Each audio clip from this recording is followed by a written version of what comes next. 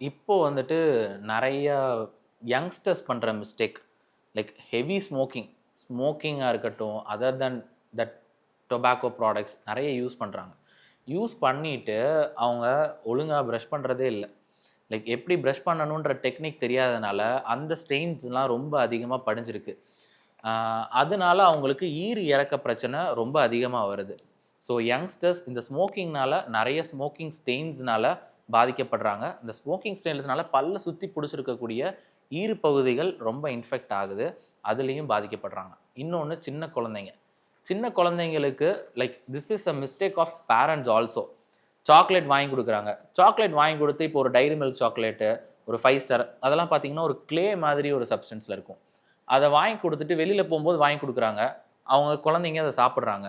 திருப்பி அவங்க வீட்டுக்கு வந்து நெக்ஸ்ட் டே மார்னிங் பிரஷ் பண்ற வரைக்கும், அது பல்லுல ஒட்டியிருக்கும்.